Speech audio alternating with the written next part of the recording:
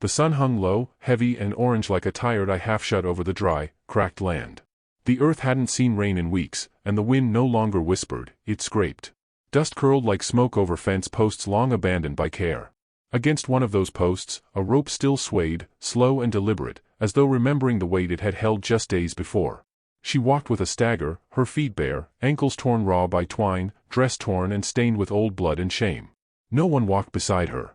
No one had followed. And no one would. The town had seen her hung, not in the center square where the law held sway, but behind the barn of her in-laws' land, in the silence of dusk, where cruelty wears no badge and justice turns its back. They called it God's judgment. They called it barrenness. She had been a wife, a daughter-in-law, a vessel that never filled, and that was crime enough. She hadn't screamed. Not when they tied her hands, not when her husband turned his face away, not even when her mother-in-law whispered, "At least this way, he'll be free to marry proper." She remembered only the scent of dry wood and the soft sound of a cricket singing nearby, as the noose slid over her neck. Death had come soft, almost kind, until someone cut her down. The woman who did it, a midwife with gnarled hands and a mouth full of grief, took her in. Quietly. No names were spoken. No one came looking. For 3 days, the young woman didn't speak. She lay on a straw cot beneath a leaky roof, watched the ceiling breathe in the heat, and touched her belly where life had never grown. Her silence wasn't emptiness, it was full of screams no one had bothered to hear. When the midwife laid a bowl of broth by her side, she didn't touch it. When the old woman muttered, "Wombs don't fail, girl. They're just blamed," the girl blinked once, then turned her face to the wall. On the 5th day, she rose. She didn't know where she was going, only that she couldn't stay. The cabin had been kindness, but even kindness, if held too long, begins to feel like a cage. So she wrapped a scarf around her neck to hide the rope's ghost, tied a canteen to her hip, and stepped into the heat of the open world. The midwife didn't stop her. Just watched from the porch, the wind lifting her gray hair like a flag surrendering to time. She called out once. "The earth forgets what men bury. But you, child, you remember." She didn't answer. The road was not a road at all, just a stretch of broken path where hoof prints faded and wagon ruts cut deep. She walked through mesquite thorns and dust devils, past broken-down fences and fields where nothing grew anymore. Her body ached with each step, but she didn't falter. The ache was proof she was still here, still moving. Still defying whatever curse they thought she carried. By the time the sun began to sink again, she'd reached the edge of somewhere. A sign half-rotted pointed west, but the letters had vanished under years of neglect. Beyond it stood a field gone to ruin, brittle grass, twisted trees, and a well capped in stone. She stopped there, kneeling beside the basin like a penitent, and dipped her hands into the cool shadow pooled near its rim. A bird cried in the distance. Nothing answered. She drank. Slowly. Then lay back against the stone and let the sky swallow her. She thought of her mother, long dead, soft hands roughened by washboard soap and corn husks. Of the nights she sat outside the house, looking up, wondering how many stars you had to count before sorrow left you alone. She thought of the man who had married her at 18 with promises, and how those promises dried up when the cradle stayed empty. She'd made quilts. She'd made bread. She'd made excuses. And none of it had been enough. A cricket sang nearby. Her breath slowed. And then a boot step. It wasn't loud. Just a shift in the rhythm of the land. A scuff of leather against dry stone. Her eyes opened, but she didn't move. If it was death again, come late, she'd greet it with open palms. But it wasn't death. It was a man, tall, weather-worn, wearing a trail coat dusted in dirt and time. His face bore no surprise. Just a kind of tired understanding. Like he'd seen ghosts before and learned not to fear them. He crouched beside the well, keeping a respectful distance. Didn't speak. Didn't ask. He poured water from his flask into a tin cup and set it down between them. Then he nodded once, as if to say what you do with it is up to you, and rose again. As he turned, she noticed the limp in his right leg. Faint. Old. And the way he walked, not proud, but deliberate. The kind of walk that came from losing something once, and learning to carry on anyway. She didn't drink the water. Not yet. But her fingers reached for the cup as he disappeared beyond the trees. She stayed by the well that night. The stars came out one by one like old friends too shy to speak first. The wind changed. Not cold, just gentler somehow. And before sleep took her, she whispered her first words in days. Not to the wind. Not to the stars. To herself. "I'm not gone. I'm just not finished." And in the dark, her voice didn't echo. It sank into the land like seed. Waiting. Just waiting. Morning bled into the plains without ceremony. The sky was pale as linen, brushed faintly with orange where the sun stretched its arms. Along the edge of a crumbling pasture, a man moved slow as the land itself, leading a mule with a lazy gait. He wore silence like a second skin, not from pride or sadness, but habit. His beard was short but grown with purpose. The lines near his eyes didn't come from smiling. He had no name that people used often. They simply said the rancher, 35, widowed too young, married once to a woman who died before her voice had a chance to grow soft with age. No children. No family nearby. Just a cabin, cattle, and time. He paused by the well. His eyes caught something strange, a scarf, folded neatly beside the stone. The cup he'd left yesterday still sat untouched, half full. Dust lined its rim. And next to it, 2 bare footprints, light but present. They trailed away toward the mesquite grove near the edge of his land. He followed, not hurried. She was there, half-curled beneath a tree whose branches reached just enough to grant shade. Her body didn't twitch at his approach. Her breathing was even. But her eyes were open, watching him from the side, as if expecting a blow and hoping it'd be quick. He didn't speak. Just crouched again, set down a clean cloth filled with bread and dried apples. Then he stepped back, arms loose at his sides. His mule grazed nearby, indifferent. The woman made no move. But her gaze flicked to the cloth. He said nothing. Only nodded once. Then he turned and walked back the way he came, dust rising around his boots like the slow breath of old earth. That night, she arrived at his porch. She didn't knock. She stood like someone expecting to be turned away. In her arms, the scarf and the empty cloth sack. Her hair was tangled, her face sun-drawn, and though her feet were blistered, she didn't lean for rest. He opened the door before she spoke. Not surprised. Not unkind. Just prepared. Without a word, he stepped aside.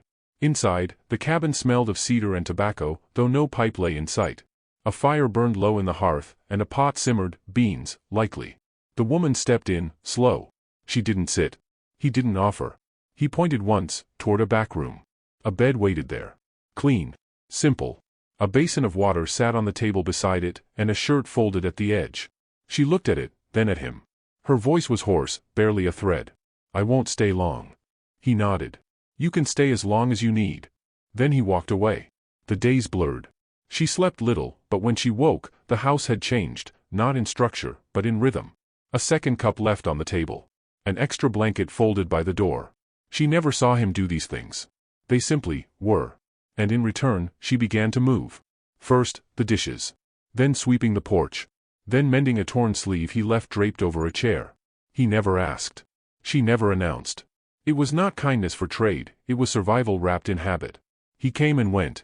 Rode out in the mornings, came back near dusk. The land was his companion, fences, feed, horses. He spoke to animals more than people, and when he did speak, his voice carried the weight of someone who meant each word to last.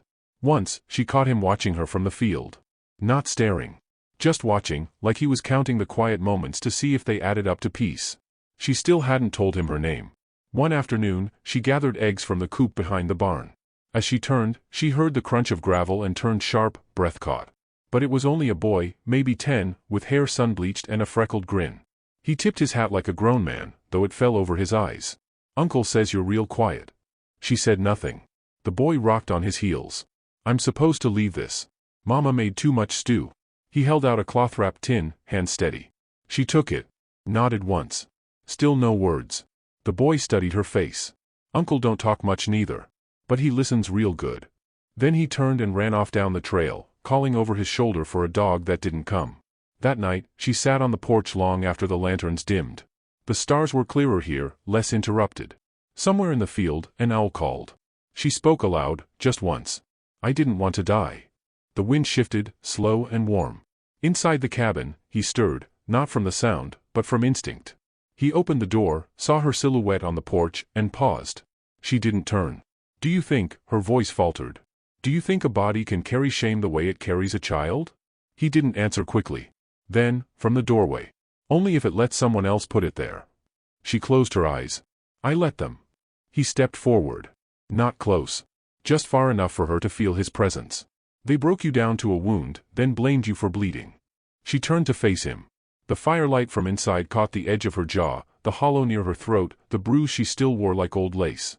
Her eyes were not hard, just worn thin, like glass washed too many times in hot water.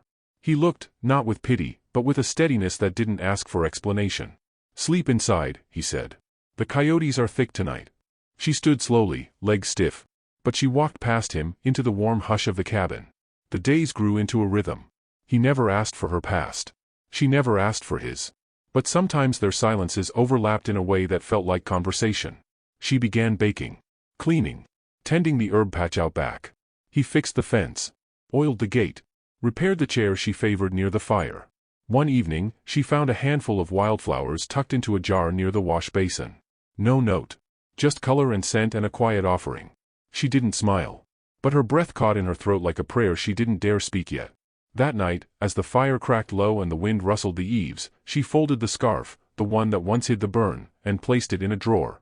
She touched the skin beneath her neck, now faded, no longer aching. And for the first time in weeks, she let her head rest on a pillow not out of exhaustion, but out of trust. She still hadn't told him her name. And he hadn't asked. But the silence between them had changed. It wasn't emptiness anymore. It was space. Waiting for something to bloom. The wind had softened in the last week, trading grit for warmth. The days grew longer, and the land, though still dry, began to hum with the scent of coming life. Beneath the ranch house porch, small weeds dared to bloom between the planks. The woman bent one morning to touch a purple flower pushing up through the crack, her fingers resting on its velvet petals as though it might speak. She had begun to wear her hair loose. Not out of vanity, but release. The braid she used to twist tight each day had become a symbol of silence she no longer owed. Now it fell over her shoulders like a slow river, catching light when she walked beneath it. The rancher had noticed. Quietly. He never said it, but his gaze lingered longer when she passed the doorway or leaned to fill the water pail. Not with hunger, just something gentler. Curiosity. Recognition. Maybe even the shape of admiration that wasn't built on need. One morning, she baked bread before sunrise. Kneaded it slow, the way her mother taught her. She left one loaf wrapped in cloth and placed it on the edge of his work table. By the time he returned from checking the far fence, he saw it and paused. She was sweeping the porch, not watching, but she saw his stillness through the window. When he finally picked it up and took a bite, something in her chest unclenched. Later that day, she found him in the barn, hammer in hand, fixing a broken stall door. She stood by the post for a long while before saying anything. "I was supposed to make bread for my husband," she said. "But he never wanted what came from my hands. Only what could come from my body. He didn't stop working. Just listened, the sound of his hammer falling softer. I tried. For years. Every month, hope grew and then vanished. I learned how to bleed without wincing." He looked up. Met her eyes. "Bleeding ain't the same as failing." She took a slow breath. "He called me a dry well. His mother said I was cursed. They prayed over me until I felt like a plague." He didn't answer, not right away. Then he leaned the hammer against the beam and walked over to her, hands stained with sawdust and sweat. He didn't touch her skin. Instead, he reached out and rested his hand gently over the apron she wore, just below her navel. Not firm. Just there. Steady. Like a vow spoken without voice. "You're not a well," he said. "You're a garden. You were just planted in bad soil." Her mouth trembled. She turned her face slightly, blinking fast, as if afraid too much light would crack something open. "Why are you being kind to me?" she whispered. "You don't even know my name." "I know enough." She nodded once. And for the first time, gave it to him, her name. Small. Simple. But it filled the room like music. He said it once, quiet, as though afraid it might break. In the evenings, they began to walk the edge of the property. She asked about the horses, their names, their tempers, which ones liked rain. He spoke more now. His words were still sparse, but offered like lanterns in the dark, enough to see the way forward. She told him how she used to sing, before the silence taught her it was safer to stay unheard. One night, while boiling water for tea, she hummed without meaning to. A tune her mother used to carry through the garden. When she noticed him listening, she flushed and turned away. He didn't say anything, just smiled a little, the first real curve of his mouth she'd seen since arriving. A neighbor woman came by one afternoon with a sack of flour and sharp eyes. "She's still here," she said as she handed off the supplies. "You be careful. People talk." The rancher only raised an eyebrow. "Let them." That night, the woman told him she could leave, if it became trouble. "It's not your burden," she said. But he looked at her with something quiet and clear. "You're not a burden. You're a guest the house didn't know it needed." She didn't reply. Only stepped closer and touched his hand, not held it, just rested her fingers there for a moment, like a leaf landing in still water. Time passed. Not in weeks, but in signs. A cracked window was mended. A second plate placed at the table without thinking. He began to leave his coat by the door rather than the barn, because he knew he'd return to warmth inside. She stitched a small pillow and tucked it behind the rocking chair. They still hadn't spoken of what they were to each other. But the silence was different now. It held anticipation, not fear. One evening, she stood in the yard as the sun dipped low, her hand resting over her stomach again. He approached slowly, boots whispering over the dry grass.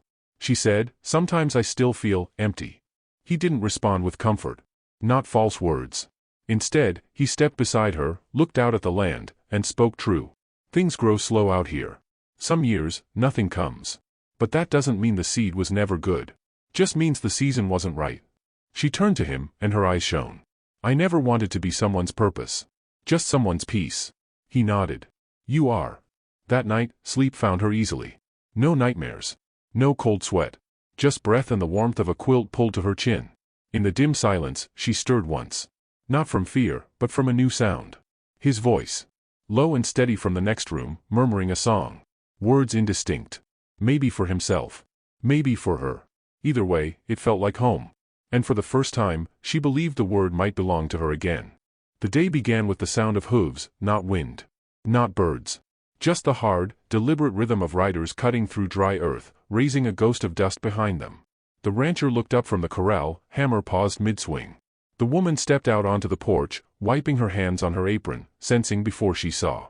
3 men rode in, all wearing the shape of judgment on their faces. One dismounted first, the husband. Leaner than she remembered. Paler too. But his voice was still lined with that same brittle pride. "I heard you were here," he said, brushing dust from his sleeves like it offended him. Living off a stranger like a dog with no shame. She didn't answer. Didn't move. The other 2 stayed back, shadows in familiar forms. His brother. His father. Faces that once held every decision over her life, who she married, when she ate, how she suffered. The rancher came forward slowly. "Come." His presence landed like a stone in still water. "This land is mine," he said simply. "And she stays if she wants to." The father spat near the post. "She's a wife, not a stray. She was spoken for. There's a bond, legal and holy." The woman stepped down from the porch, feet steady. "You broke that bond when you left me to die," she said, voice even, like flint being struck. "You cut me loose and called it mercy." The husband's jaw tensed. "You were no use to me. You think a barren woman makes a home?" Her hands curled at her sides, but her eyes never dropped. "You didn't want a wife. You wanted a vessel. Something to fill and forget." A few neighbors had gathered near the road, drawn by the noise, but standing back. Watching. Listening. The past always drew a crowd when it came looking for blood. The rancher stepped beside her now, not ahead, just beside. His silence was weight enough. The father sneered. "You'll let her stay? You think she can give you a legacy? A name?" The rancher didn't blink. "I think she's already given me more than you ever gave your sons: decency, peace, and a reason to light the fire in the morning." The crowd shifted, uncertain. Words had a way of settling deeper when spoken without anger. The brother stepped forward, but stopped short when a 4th figure appeared on horseback from the southern trail. A woman, older, wiry, with a shawl drawn high and steady eyes. She dismounted without help, walking straight through the gathering. "I was there," she said. "I cut her down." Murmurs stirred like wind in wheat. "I saw the bruises on her neck. The rope. The way they left her behind the barn, like a hog left for rot." The husband flinched. "She lived," the older woman continued. "And not by your prayers. By luck. By grit. And now she stands taller than the men who tried to bury her." Silence spread, dry and hot. The husband looked to his father, then to the rancher, and found no purchase in either face. No fear. No weakness. Just the truth staring back at him. With nothing left to say, he mounted his horse again. The others followed. No apology. No backward glance. Just the retreat of men who once held power but could not hold dignity. When the dust cleared, the woman's legs wobbled once. The rancher reached out, not grabbing, just offering. She leaned into his palm, forehead pressed to his shoulder. He said nothing. Because she already knew. Later that night, she stood beneath the stars again. The same stars that had once looked down on her as she dangled from a post.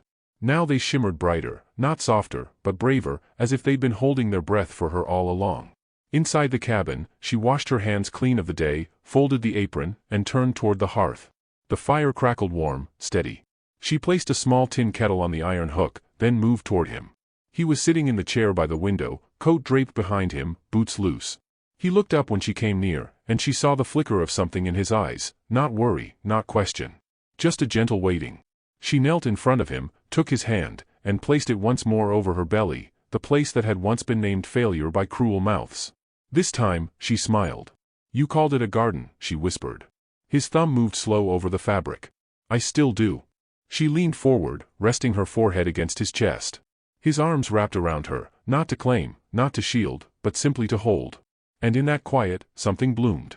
Not the promise of a child, though there was a whisper of that now, soft as breath. But a different bloom, belonging. Peace. The gentle joy of having survived and still being soft. Weeks later, a child ran across the field, a neighbor's girl, no more than 5, holding a basket full of flowers. The woman knelt to meet her, smiling wide, letting the girl braid tiny stems into her hair. From the porch, the rancher watched, coffee in hand, his eyes warmed by something beyond sunlight. Inside the garden bed, seeds were starting to push through dry soil. No miracle. Just time. Just tending. Just the patient work of hands that had been broken and healed and still chose to reach. The wind passed through the tall grass like a lullaby. And somewhere beneath it all, the land, the same land that once held rope and silence, now held roots. Not loud. But deep. And strong enough to stay. Dear friends. If this story reached you, tell us where it found you. Comment your town, your land, or just the sky above you. Subscribe and stay a while.